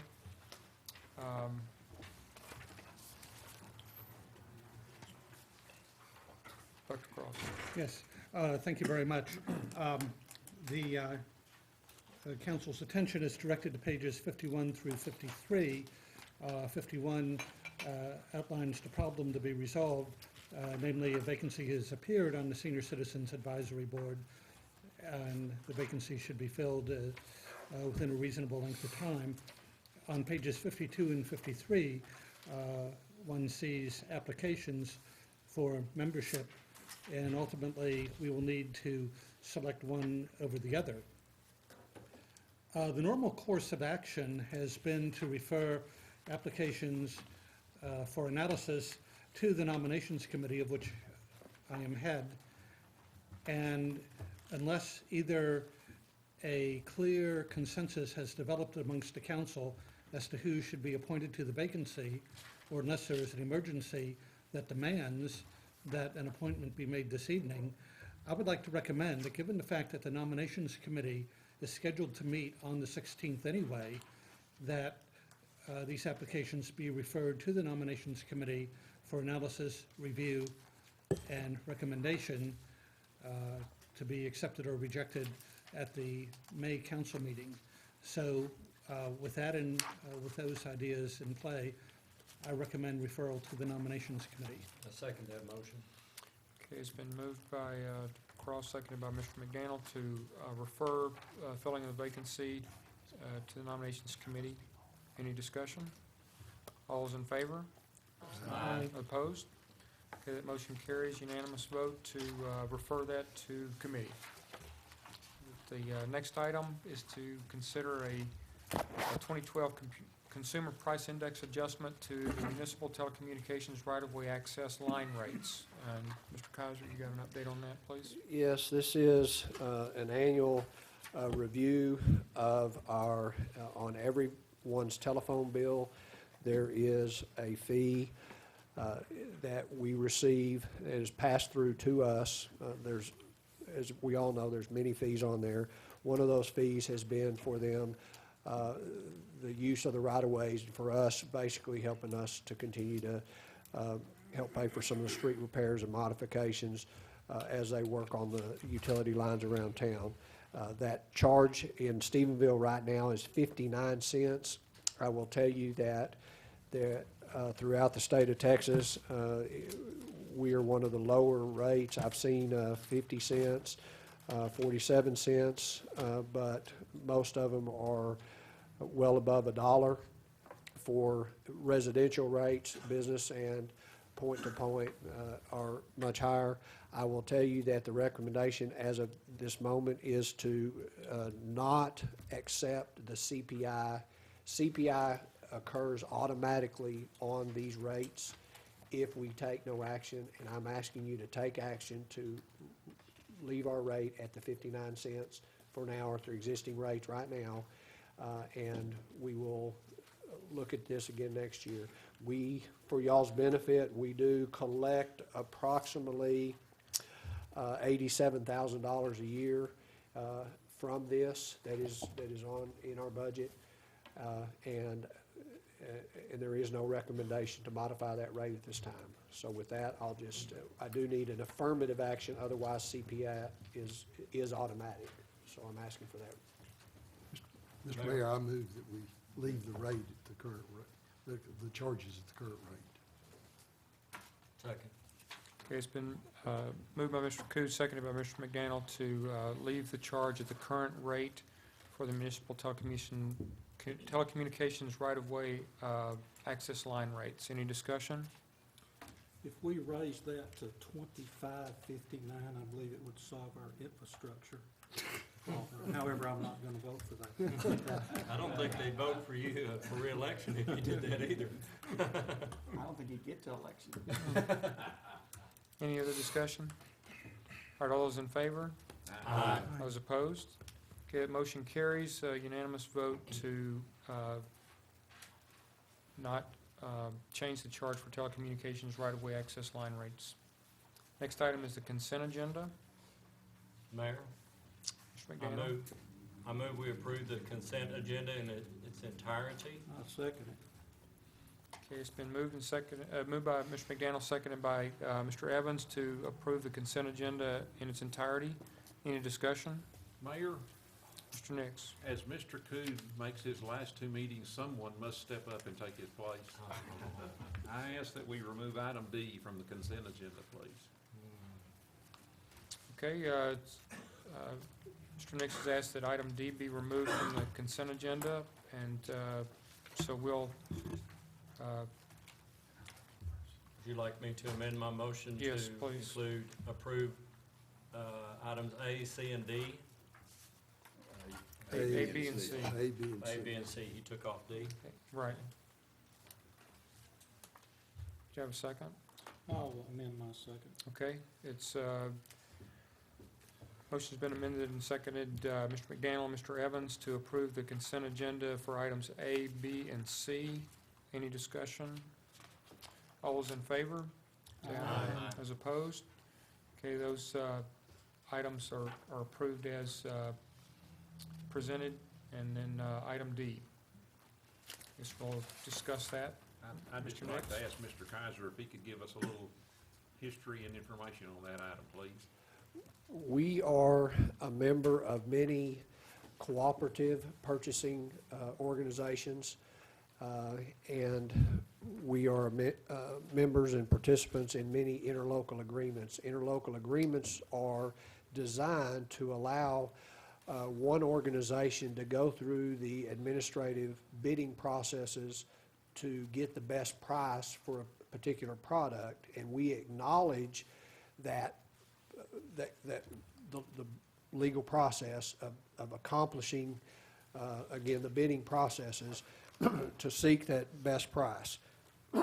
And after they have done that, we are allowed to piggyback or participate in that bid to get that same price. And so what y'all actually, the slurry seal project is under an interlocal agreement very similar. We are actually have an interlocal agreement with the city of Hurst. They bid for the slurry seal and we get that best price extended to us by the vendor. Our purchasing agent had requested, there are some items that they would like to participate in with the school district region, Region 4, which is the region out of the Metroplex that covers also covers Stephenville Independent School District. And it specifically states here, just for y'all's benefit, the purpose of this cooperative is to obtain substantial savings for members and public entities through volume purchasing. So we will be able to now purchase some of the things that we buy based upon the volume pricing at some better rates, and that's, again, the purchasing department is continuing to do a good job to seek out the best price when we're making these purchases and acquisitions, and they've requested this, specifically what they plan to buy under this particular agreement I do not know the answer to that, but let me tell you that in their ongoing pursuits, they would like to be a participant here because they see some opportunities to save us some money as we make those acquisitions. So now, understand that this still does not remove us and y'all from the knowledge when we make purchases over $25,000, y'all are made aware of those acquisitions, and this does not remove that notification of y'all and y'all's approval process for that, but it does allow them to, again, continue to seek the best price. So with that, I'll be glad to answer any other questions, and hopefully I've answered. But this is another effort by staff to be more efficient and to maximize the value for our tax dollars spent, correct? By becoming a part of this group. Yes. Thank you for recognizing so. And I would move that we approve consent agenda item D, Mayor. I'll second. Okay, it's been moved by Mr. Nix, seconded by Mr. Coot to approve item D on the consent agenda, approving Resolution 2013-04, the interlocal purchasing agreement with Region 4 Education Service Center. Any discussion? All those in favor say aye. Aye. Opposed? Unanimous approval of Resolution 2013-04. All right, next on the agenda, comments from the city administrator. Mark? Thank you.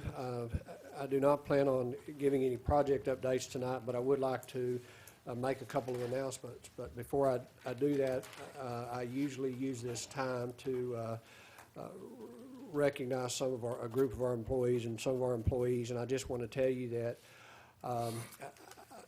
I'm very proud of the police department and the efforts that they continue to do on a day-to-day basis. But let me just state that while many may not necessarily realize that we have participated, while the murders that have been going on are very unusual for this community, and they have happened out in the county, not within our jurisdiction. We have willingly and strongly gone out and done everything we can to help them bring conclusions to those and offered our services if and where we can. I will tell you that the robberies, as scary as it is, they were on it and worked diligently until they did apprehend and at least continue to pursue the public safety for us. And while there are many, many other things that the citizens don't know, I think sometimes they get a bad rap, and I hate to say it that way, but a bad rap because, yes, they're the ones that write you a ticket on occasions, and sometimes that doesn't. But I want you to know that it's because they are doing an outstanding job and are committed to making sure that we have a safe community, and they've been under an extreme workload of late. And I just want to thank them for their service, as well as all of our employees. But I'm just telling you, they've had to put in a few extra hours lately. And for that, I want to thank the chief and the entire department for their work and dedication and their professionalism in continuing to provide us a safe community. And I know that everyone else does, but I want to publicly acknowledge that and how proud I am of them individually and as a department. Now, with that, I'd also like to kind of follow up on a couple of things. One of y'all have received, and we have received a recent email from a citizen on a program that's not very, very well participated, and so I'd like to kind of make an announcement about this, and it is offered by our police department. For those seniors and those with some disabilities that I'm going to kind of refer to maybe locked in or maybe not able to get out on very many occasions, and maybe occasionally they don't have somebody checking on them on a regular basis. We do offer a program called How Are You Today? It is a computer program that literally calls the resident every day at a certain time, very similar to Meals on Wheels. And the concept is we just want to make sure that you are okay that day, that hopefully you haven't fallen or have some kind of special need that needs to be tended to. And yes, it is computer generated, but at the same time, if there's not a response, then we come and check on you. And y'all are aware of one citizen that was having a few technical difficulties, I think, at least hopefully y'all have received those emails. I think it's a great program, and I want to just encourage the citizens, if they're not aware of that program, I do encourage them, again, to sign up. It's free of charge, and if there is ever a need, then hopefully you're not stranded there for a day or two wondering if somebody's going to come check on me. We'll make a phone call, and if we don't get a response, we'll come by and check on you. So I'd like to encourage participation in that program. Another thing, we do have this weekend, we have a couple of, this month, the month of April is known for Earthwise, recycling, Save Our Environment. And this weekend, we have a couple of programs, but I want to tell you about several that are going on this month. But Tarleton has been, for many years, we've been partnering with them, and they continue to do a program, the students involved, what is called Tarleton Roundup. Tarleton Roundup is where they go and do community service work on one particular day, and everything from raking leaves to some minor, in some cases major repairs to residents.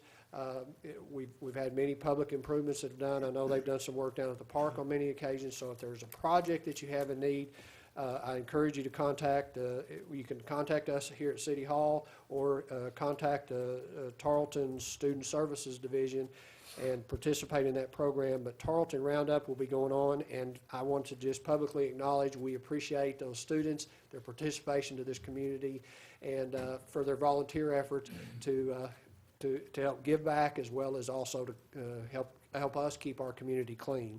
We also have this weekend, the Leadership Stephenville class is having a Recycle Awareness Day. They are hosting at Tarleton Memorial Stadium, which is also where the Roundup is, where they take a lot of the trash for. They're going to be having dumpsters that remove the garbage. But they're also, hopefully, they're going to be working on recycling. So if there are some recycling opportunities, as you're hopefully doing a little spring cleaning this weekend, maybe you can take that opportunity to properly dispose of and recycle some of the products. And again, I know that there's a flyer out, but they will be accepting recyclables from 9 to 2 at the Tarleton Memorial Stadium parking lot. Another recycling event that we have will be at the end of this month, April 27th, Saturday, from 9 to 3. We will be having an electronics recycling. We do this twice a year, and it is open for businesses as well as individuals to throw away all of your flat screen TVs, your old computers, laptops, fax machines, copy machines. There is a charge, and if you have one of the older TVs that has a tube with it, there is actually a different way, and I believe you might have to pay a small charge, but we'd like to be able to give you that opportunity again, and it is out at the Stephenville Municipal Service Center out on Glen Rose Road, right across from the United Cooperative Services.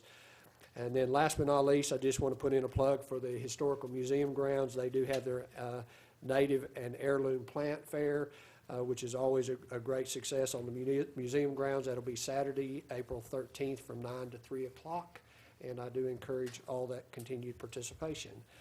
With that, I'll be glad to answer any questions. Let me just tell you that I understand that you as council members and the community may have many questions about the projects that are going on. We would love to answer your questions to make sure that you don't have concerns. We understand also that it may be somewhat of a disruption, but I promise you that our goal is to make it better than what it was when we got there. And so please bear with us as we go through these construction issues, and you'll continue to see more as we move forward. But with that, if y'all do have, council members, if y'all do have any questions from citizenry about any of the construction projects, we would love to answer that, and please refer them to staff so that we can help answer those and make sure that everybody feels comfortable in what's going forward. But I'll be glad to answer any questions y'all may have about any other construction projects. Mr. McDaniel. Mark, I've got a question that's not construction related. I've had several citizens that have told me that they can't find information they need on our code of ordinances on our website. And I was just wondering if possibly our information technology employee might make a presentation to the Planning and Development Committee, kind of showing us how all that works and showing us that it is workable and it's not a mess like they're telling me. Would that be something that we might could schedule in the future? I They're, will, they're very frustrated out there, and I've told them I'll check into it and see if we can't make improvements where needed. and I'm hearing a few of those, and I'm trying to, besides, when I get that information or request, excuse me, when I get that request, I am providing that link, but I do understand that our website has a lot of information, and it can be a little bit challenging, and so we're looking at it. But yes, I'd be more than happy to line up a presentation so that we can discuss that. And or I will tell you that I tell everybody after I send them the link, I also just say, is there a way that I can make this a little easier for you? You know, but I am aware. I mean, I know some of the information is a little outdated. We've been discussing that as well. But yes, I'll be more than happy to have them come and give a little presentation about our website. I think Thank you, Mark. it's great. Okay, anything else, Mark? Any other questions for Mr. Kaiser? Okay, comments from council members. Mr. Cood? Anything? Dr. Cross? Yes, very briefly. You'll recollect that our nominations committee meeting is going to be held on April 16th. One of the charges of the nominations committee is to review possibilities for charter revision, and I once again invite all members of the nominations committee, as well as all members of the council, as well as all members of the citizenry, to come to the meeting with suggested changes that you would like to have considered. Okay, thank you. Mr. Sween? Mr. Dan? No, sir, Mr. no. Pendleton? Mr. Nix? Mr. Taylor? Mr. Evans? One thing, I mentioned last month that I had a call from a citizen with some health concerns about the smart meter. This has gone from one citizen to a number of citizens, but we have talked to Encore, and I just want to say that Encore has been, even though they haven't always had the answer that we wanted, they have been very accommodating, and we continue to work with them. Additionally, there is some legislation in Austin this session that would allow those that have health concerns with the smart meter to opt out of the smart meter and have their analog meter reinstalled. I said something to Mark about maybe getting a resolution from the council in support of that legislation, and he informed me that because of the time of the session, probably didn't have time to do that. So Mark suggested that we do a resolution from an administrative standpoint. I called Russ, who's chairman of Public Health and Safety, and he was okay with that. So we did that. If you get a call from your legislature asking about our resolution, now you know about it. Anyway, I'll keep you posted on what's going on with these smart meters. Anything else?